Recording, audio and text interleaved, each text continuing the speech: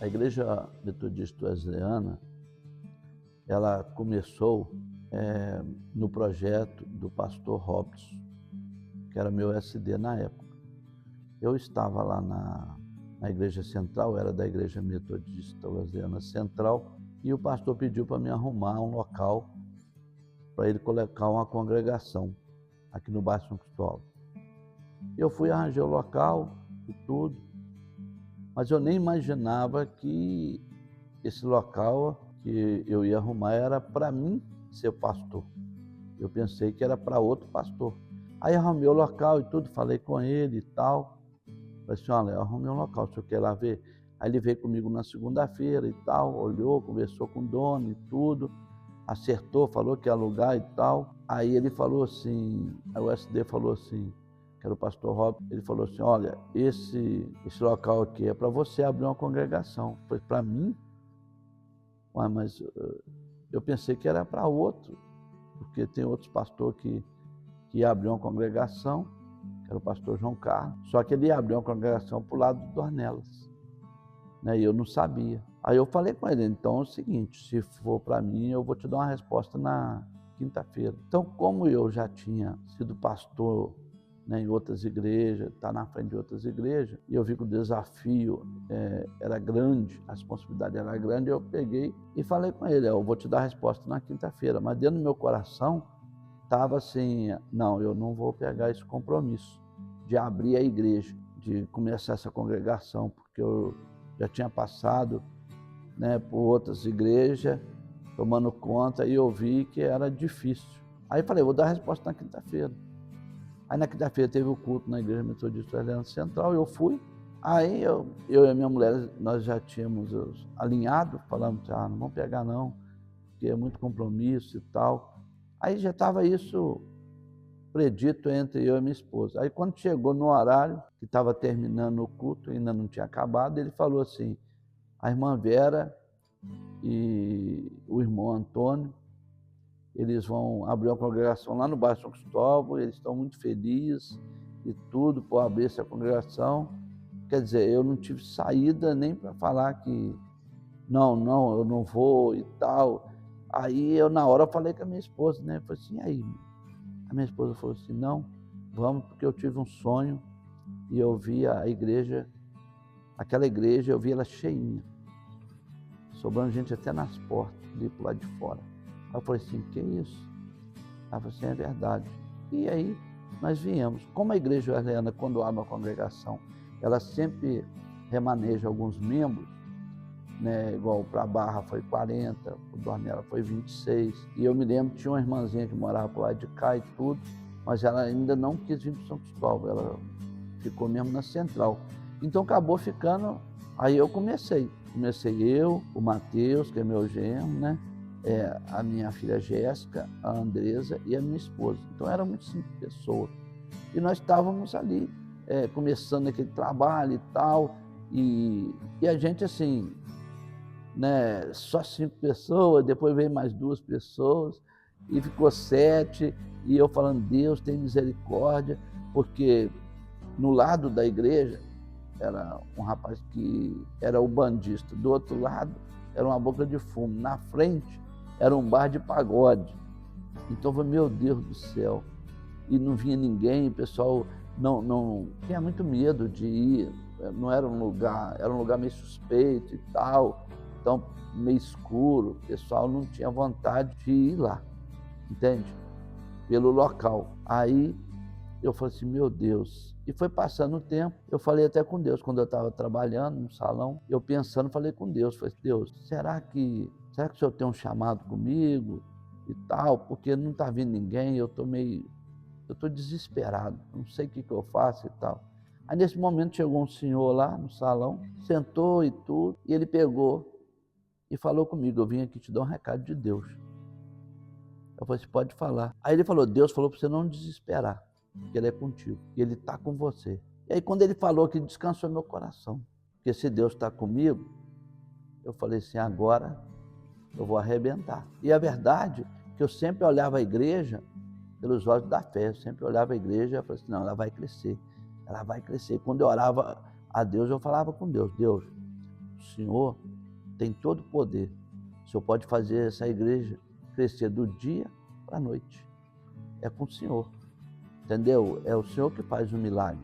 E nisso eu vi o milagre acontecendo a cada momento. Aquela igrejinha, ela foi crescendo, crescendo. Eu vi outro ponto, que era na subida do bairro São Cristóvão, né? Eu já tinha visto o ponto, e alguém me falou assim, aluga aquele ponto ali. E na hora, eu não atinei para aquilo. Por quê? Falei assim, lugarzinho esquisito e tal, não tinha assim cara de igreja. Eu falei, vou alugar não. Aí um dia eu passando ali, parece que o Espírito Santo falou assim, dá uma olhada legal nesse lugar. Aí eu olhei, aí ele falou assim, tá vendo? Todas as pessoas que sobem para o bairro têm que passar aqui na porta. Então eles vão conhecer essa igreja. Aí eu peguei e falei assim, sabe o que é verdade? Aí aluguei e tudo, e só que quando eu aluguei, eu olhei assim, o teto era de PVC e tinha sido uma padaria. E aqui tinha queimado tudo, aqui tá tudo feio, destruído e tal. Aí eu chamei o tesoureiro da sede, na época nós não tinha recurso para reformar, e falei com ele assim, olha, eu estou querendo reformar isso aqui e tal, ver se a igreja sede podia me emprestar um dinheiro. Aí conversei com o pastor Robson, na época, ele falou que não tinha condição de me emprestar. Meu concunhado conversando com a esposa falou com ele, o pastor alugou ali o imóvel, mas não tem como reformar e tal, porque não tem condição e tudo. Ele falou assim, aí ele chegou perto de mim e falou assim, ô irmão, você alugou a igreja ali e está precisando de dinheiro para reformar? Eu falei, tô. Eu não tenho condição. E tudo, não, pode deixar que eu te empresto o dinheiro. Aí eu falei assim, eu fiquei numa alegria, né? Deus no negócio. Aí eu peguei, aluguei lá do rapaz e nós reformamos, entramos para dentro e ali começamos a trabalhar. A igreja foi crescendo e ao ponto de nós usarmos uns biancos para tampar, porque nós usávamos até a calçada. A igreja lotava dentro e lotava até as calçadas. Chegou uma época que não estava cabendo pessoas dentro da igreja. E nesse momento eu falei assim, meu Deus, e agora? Essa igreja encheu, não tem aonde levar o pessoal, não tem lugar no bairro São Cristóvão para alugar. Eu orando a Deus e falando com Deus, falei, como que eu vou fazer agora? Mas Deus é tremendo, quando Deus está no negócio acontece. Aí um senhor passou, eu conheci ele por nome, chamo de Renato do táxi. Aí ele falou assim, vem cá, tô achando que essa igrejinha é pequena para vocês. Eu tenho um lugar bom lá para te alugar, debaixo do meu prédio. Você interessa? Falei assim, tem que ver, mas eu interesso. Aí eu já vim, né? Já olhei o lugar e tudo, falei, não interesso. Mas quanto você me aluga? Aí eu pago tanto lá. Não, eu faço um preço para você bom e tal. Aí aluguei e saí de lá e já era maior. Aí a igreja foi desenvolvendo, a igreja foi crescendo. Teve uma época que a igreja deu uma estagnada, porque eu fui mandado para a igreja de Santa Terezinha, aí eu ficava lá e ficava no bairro São Cristóvão, entendeu? Só que eu ficava mais lá do que aqui, porque a liderança queria que eu ficasse mais lá. Então a igreja aqui ficou, na época, com o presbítero Gilberto, né, e com o pastor Antes, que era da nossa igreja. Aí eles ficavam tomando conta, eu vinha aos domingos, às vezes tem domingo que eu vinha, domingo que eu não vinha, e tal, ficava tomando conta e tal. Mas aí eu fiquei lá, se não me engano, 9 meses. Aí mandaram eu para cá. E aí volto para o São Cristóvão e tudo. Aí volto eu para o São Cristóvão e eu comecei a trabalhar. E comecei a trabalhar na visão do Gessel. A igreja Helena começou a trabalhar com o Gessel e tudo. E nós começamos a trabalhar. E a igreja foi enchendo. Aí o mesmo dono do prédio, é Deus mesmo, não tem explicação, é Deus do negócio. O mesmo dono do prédio e o dono do terreno, que é onde é a igreja atual, estava devendo um dinheiro para ele. E ele falou assim, rapaz, você não vai poder ficar mais nesse prédio aqui. Eu falei, por quê? Rapaz, Eu pensei que era pouca gente. Esse prédio está enchendo de gente, vai balançar, vai cair isso tudo, não tem estrutura para isso. Mas eu tenho um terreno ali, se eu fizer uma igreja, você me aluga? Aí eu falei assim, alugo. Aí ele falou, você aluga por quanto? Mas, cara, eu vou tentar te pagar um salário e meio. Aí ele falou assim, salário e meio é muito pouco, mas é o que eu posso. Aí tudo bem. Aí ele falou assim, eu vou fazer a igreja.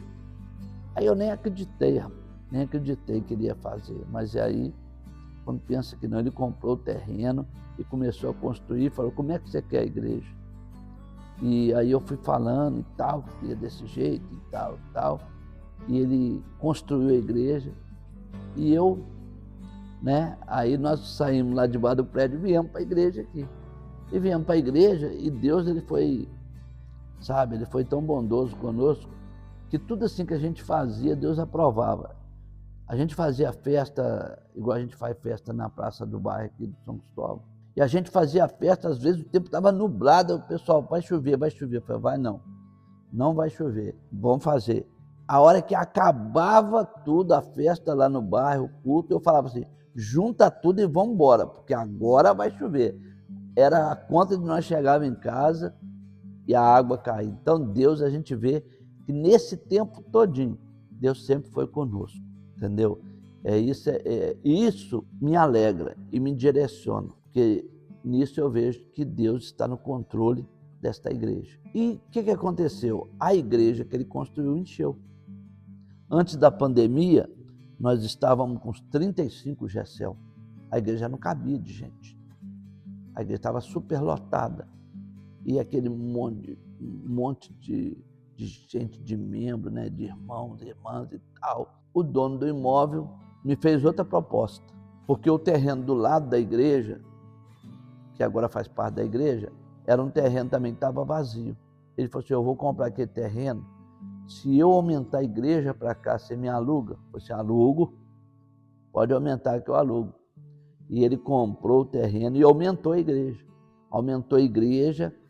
E eu falei assim, meu Deus, e agora? Essa igreja grande, como que eu vou, não tem membro para isso e tudo. Quando pensou que não, está a igreja lotada, entende? Aí, nele aumentar a igreja, aumentou para baixo aqui e tudo, foi aonde eu pude fazer. Hoje a igreja, ela tem 3 compartimentos, o andar de cima onde é o culto público, e embaixo nós fazemos o culto de jovem.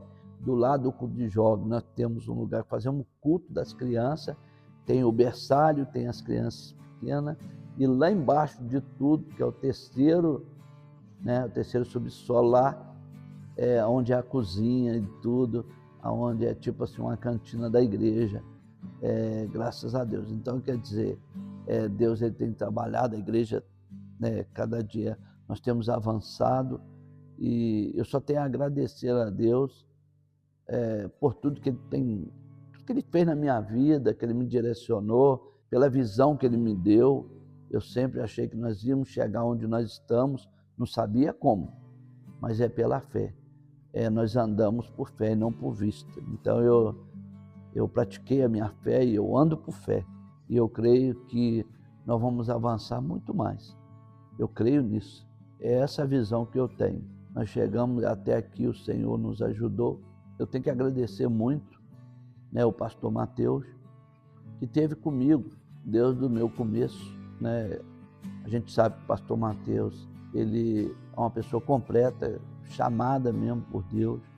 É uma pessoa que ele louva, ele prega, é um estudioso da Bíblia, é uma pessoa que dá estudo.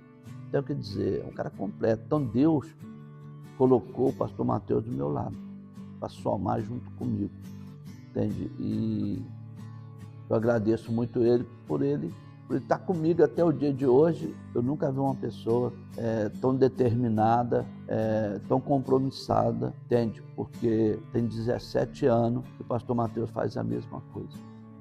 Tem 17 anos que ele vem, ensaia o louvor e louva. Quando ele fazia para 4 pessoas, até o dia de hoje, eu não me lembro um dia que o pastor Mateus faltou num culto ou faltou num domingo. Então, para mim é um exemplo. Eu louvo a Deus também pela minha esposa, que é uma pessoa que sempre assim, esteve ao meu lado, sempre me apoiou, está junto comigo, entende?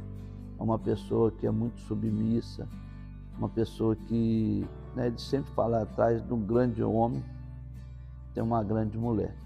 Então ela me apoia esse tempo todo. E agradeço a Deus também pela Jéssica, pela Andresa, pelas minhas filhas, pelo Matias, entende? Pelos meus filhos, que sempre me apoiaram, sabe o pai que tem. O dia que eu partir, sabe que eu vou deixar um legado para eles, um exemplo de vida, né? Um exemplo de homem de Deus, de pessoas. A gente tem as nossas falhas, não somos completos, mas eu deixo para eles muito mais exemplo do que falha. Então eu louvo a Deus por isso. E hoje também eu louvo a Deus, né, pela vida do Luan também, que está conosco aí, é o meu genro, né, que depois na caminhada veio depois, está tomando conta aí dos jovens. E eu tenho uma equipe muito boa, que é a equipe de liderança. Essa equipe aí, sem ela não seria nada também. Então quer dizer, é tudo uma estrutura, né? É uma base, essa equipe é uma base. Então esse povo aí está comigo há muito tempo. Passamos pela pandemia, mas eu louvo a Deus que nós estamos de pé até o dia de hoje e nós vamos vencendo em nome de Jesus. Todos nós sabemos, né, que a caminhada não é fácil, a perseverança não é fácil. Então há vários momentos na vida da gente que às vezes a gente tem vontade de parar, a gente tem vontade de desistir, porque a responsabilidade é muito grande, o peso é muito grande, o peso de um pastor é muito grande. Entende? Ninguém tem noção o que é a vida de um pastor. Às vezes acontecem coisas na vida do pastor, como aconteceu no de Jesus. Pessoas que negaram, que voltaram para trás, que não acompanharam. Então, é ingratidão, né? Isso é uma coisa assim que dói muito num pastor, mas isso acontece. Então já chegou a época na minha vida que eu cheguei a falar assim, eu não vou ficar na frente como pastor não, eu vou voltar a trabalhar e tudo. Porque a verdade é uma profissão que eu amava, que era cortar cabelo. E por ver esse confronto, essa guerra, esses obstáculos, aí tem hora que você pensa, não vai dar. Aí eu me lembro um dia que tem duas pessoas que me marcaram. Eu cheguei em casa e falei com a minha esposa, eu não vou ser pastor mais, eu não aguento mais, entendeu? Eu não estou aguentando. Ela falou assim, o Starlone acabou de ligar, aí mandou a mensagem aqui. Aí ele estava mandando uma mensagem, assim, agradecendo por esse ser o pastor dele, eu nunca desisti dele, que eu sempre cuidei dele e tudo. Então isso aí foi uma das coisas que me marcou, né? Porque, vamos supor, eu chego lá querendo desistir, aí o cara fala isso, não, poxa, eu agradeço a Deus porque o Senhor é meu pastor, você me ajudou, sabe? Se não fosse o Senhor, o que seria de mim e tal? Aí eu falei assim, meu Deus do céu. E outra pessoa que marcou foi o meu menino, que um dia também eu estava na mesma situação, né? O Matias, falei para ele, Matias, eu não estou aguentando mais. Eu acho que eu não vou ficar na frente da igreja mais não. Eu vou sair. E eu estava esperando do Matias me dar o aval, sabe? Não, pai, tá bem, porque quando eu comecei, ele falou muitas vezes comigo, pai, você não precisa disso e tal, tá sofrendo. Porque antes de eu ser pastor da igreja wesleyana, eu fui pastor da Quadrangular, da Reviver. Então, o que aconteceu? E nisso aí ele viu que eu chorei, passei por muitos momentos difíceis e tal. Aí ele falou assim, não precisa disso e tal.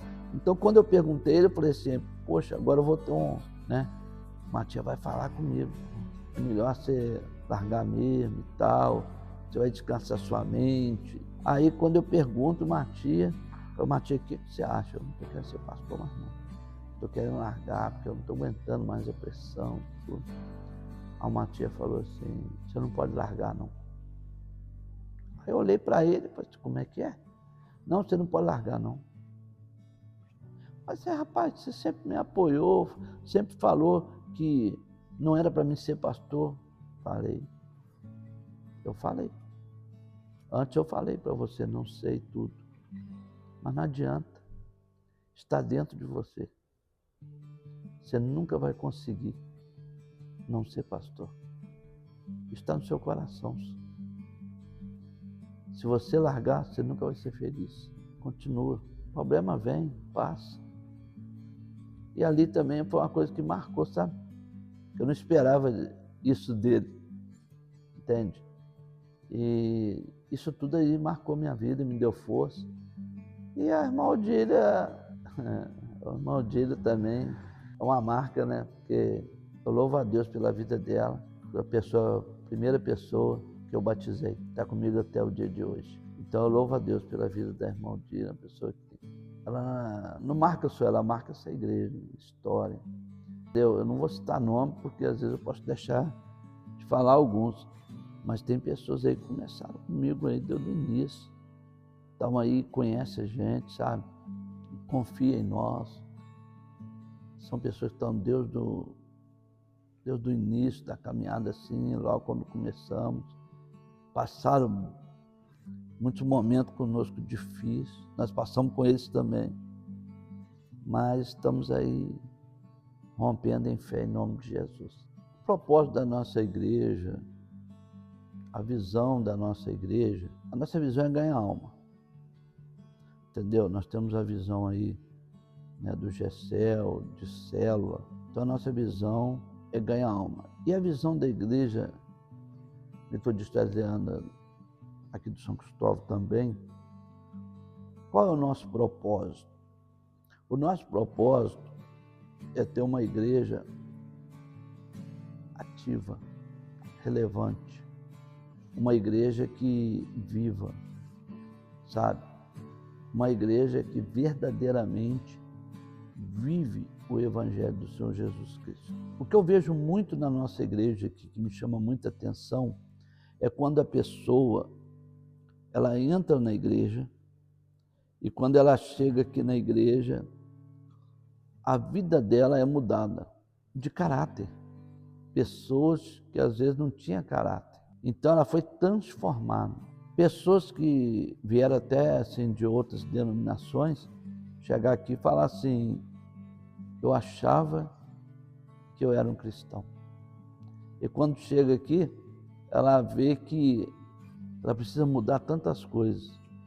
Por quê? Porque nós somos compromissados com a verdade. Nós pregamos a verdade. Nós falamos a verdade.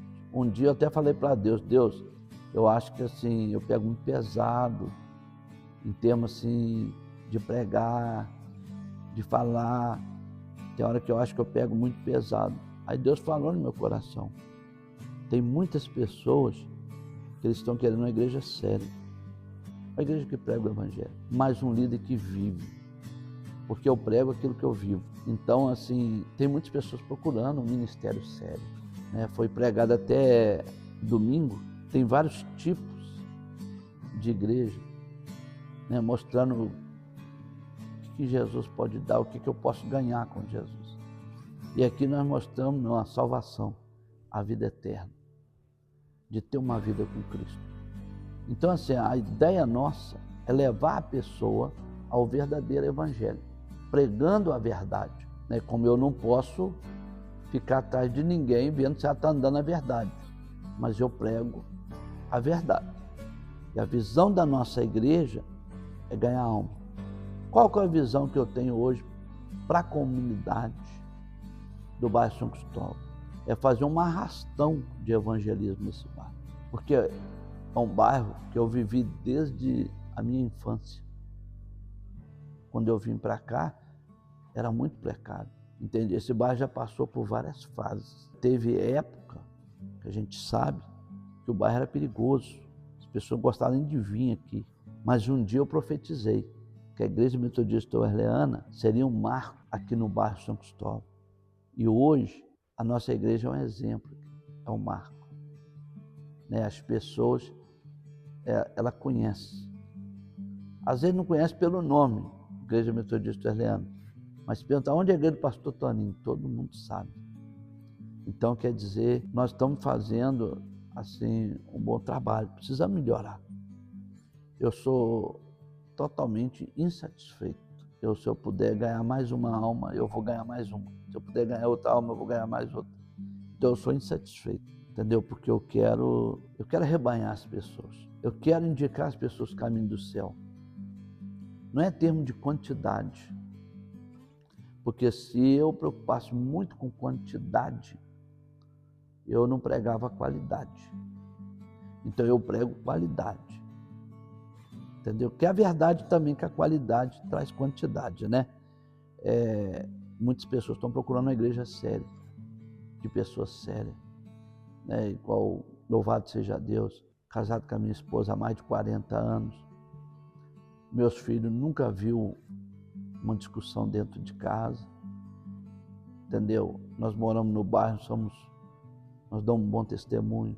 Então isso aí que eu quero levar as pessoas a ser. Pessoa de caráter, pessoa que não tinha nome para ter nome. Você está entendendo? Pessoas que elas foram transformadas, elas não vieram só para uma religião, elas foram transformadas de personalidade, de caráter. É isso que é a visão da igreja, levar essa comunhão que a igreja tem para essas pessoas. Há uma família, há uma comunhão. Você está entendendo? Eu quero trazer de volta as pessoas os valores da família e ensinar a ela o caminho da vida eterna. Eu acho que eu estou muito aquém da onde eu quero chegar, mas eu creio que eu ainda vou chegar onde eu quero. A mensagem hoje que eu mandaria assim para os membros, minhas ovelhas, igual a Bíblia diz, seja constante. Uma pessoa constante é uma pessoa firme, uma pessoa com propósito, pessoa com compromisso. Porque nós sabemos que na caminhada pode acontecer, nós venhamos com o nosso pensamento desistir e parar, como eu tive. Eu sou um exemplo. A palavra que eu deixo para os meus membros, nunca desista, nunca pare. Nunca desista do seu projeto, nunca desista do teu sonho. Acredite, não deixe a sua fé abalar. Não tente sair por atalho, mas siga em frente. Siga em frente porque você vai chegar aonde você quer, se isso for a vontade de Deus. Porque se eu sou uma pessoa de Deus, eu quero ser guiado por Deus. Então, eu deixo para os membros, não desista, não pare, seja guiada pelo Espírito Santo. Nunca pare de sonhar. Uma pessoa que para de sonhar, ela para de viver. Então você não pode parar de sonhar. Acredite, luta pelos seus ideais. Nada vem de graça. Tudo tem um preço. A vida tem um preço. Então você tem que lutar por ela. Você não pode parar. As coisas estão difíceis. Aí você vai prosseguindo. Vai chegar um momento que você vai falar assim, agora não dá, está impossível. É aonde Deus entra. Deus entra onde você não pode mais. Hoje, eu me sinto uma pessoa realizada. Eu nunca parei. Tive vontade de parar. Tive vontade de desistir. Tive vontade de retroceder. Eu não quero ser hipócrita, verdadeiro, mas Deus não deixou. Deus me ajudou. Essa palavra eu deixo para o membro da igreja. Persevera. Não pare. Ainda que os seus pensamentos venham contra a sua determinação. Você vai lutar contra ele. Se você olhar no livro de Josué, Deus não fala com Josué assim: Josué, pode ficar tranquilo, cara. Eu estou com você e eu vou te levar. E pode deixar, rapaz, no momento difícil, pode deixar que eu vou entrar na frente, você vai ganhar as batalhas e tal, né? Eu fui com Moisés, eu vou ser com você e tudo, você não precisa fazer nada, entendeu? Pode deixar que eu vou levar e tal, quando o negócio estiver difícil, eu vou descer. Não, Deus não falou isso com ele. Você vê ali no primeiro capítulo de Moisés, de Josué. Primeiro capítulo de Josué. Deus fala com ele 4 vezes. Esforça-te e tem bom ânimo. Deus fala com ele: esforça-te. Esforça-te.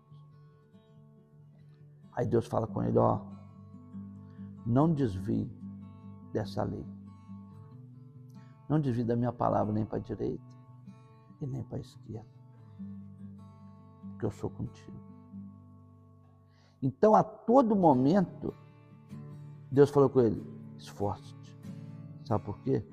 Porque esforçar é meu, o agir é de Deus. Eu faço a minha parte, eu me esforço, mas Deus faz aquilo que eu não posso fazer. E nisso Josué ganhou muitas guerras, porque ele se esforçou e não parou. Então a palavra que eu deixo para a igreja é: esforça-te, não pare, porque Deus é contigo.